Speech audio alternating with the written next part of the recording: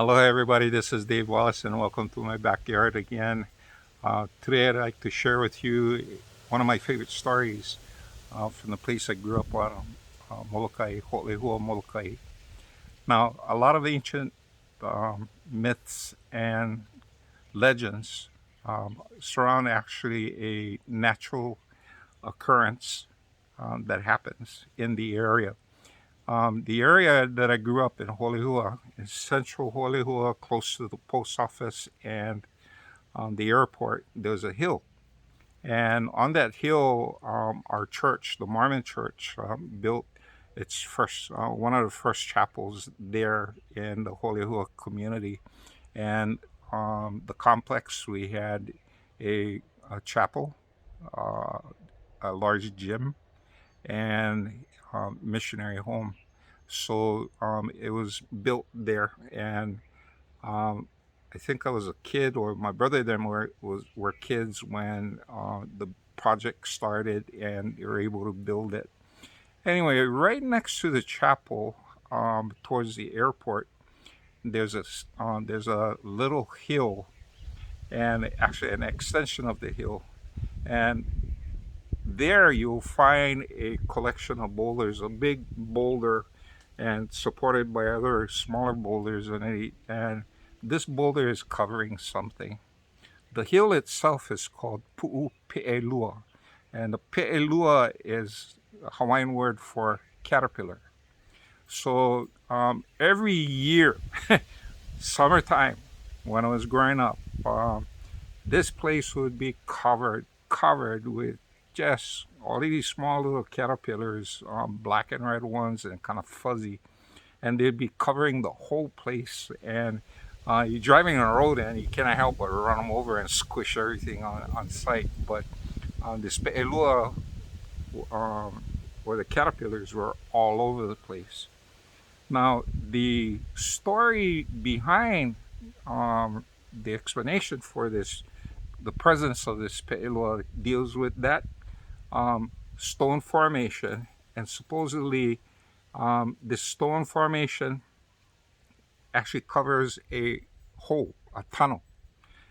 And this is the home where a giant caterpillar lived.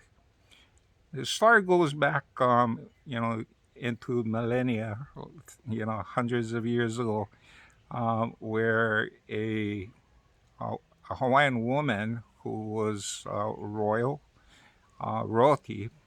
fell in love with a man, and they started to have an affair and a relationship. And this man started to come over and spend time with her and her family. The family noticed something really strange about this man, because he would only come after the sun set, and he spend the night, make love, and fall asleep. But in the morning, when everybody started looking for him, he'd be gone. So this was going on for quite some time, and finally, the parents of this young lady decided to, consult the kahuna, like find out where is this guy going and disappearing to during the day. They wanted to know. So um, the kahuna suggested that after this guy falls asleep, because he falls asleep next to this woman. And so when he falls asleep, the kahuna suggested that they tie a piece of kapa to his feet, and you know, as the person walking and stuff, he will leave bits of kapa, okay, behind him, leaving a trail. So the father listened and got a piece of kapa and tied it to the man's feet, and they waited. In the morning, everybody went to the place, and the guy was gone. But in the wake of his movement, they started following a trail of copper bits. And as they followed this trail, they came to this hill, and on top of the hill was a large tunnel. And when they went inside the tunnel, they discovered a sleeping a giant caterpillar that was sleeping, and tied to the tail of the caterpillar was remnants of the kapa that they had tied onto the man. So they realized that they were dealing with a shapeshifter of sort, a person that was a um, caterpillar during the day, and at night who changed into a human. So they decided, the father of them decided they didn't want to have anything to do with this man. So um, they collected firewood, threw it down into and stuffed it into the cave, and they uh, set a fire, and they started roasting this pe'elua, this giant caterpillar, and in the process, the caterpillar exploded into 1,000 pieces, and all these little pieces that were part of the original pe'elua turned into these little caterpillars.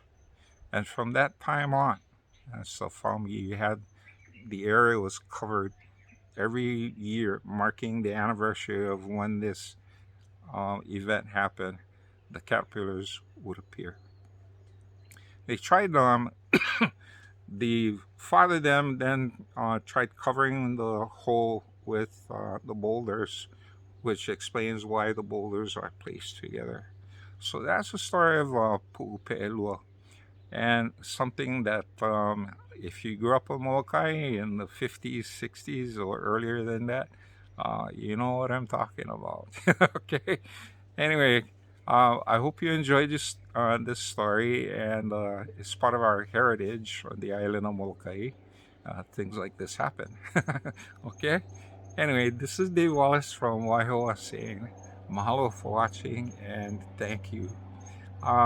Again, thank you so much for downloading my book on Amazon. You folks are making it very popular, and I appreciate it. And the Journey of Our Souls is doing really well on sales. Thank you, and aloha.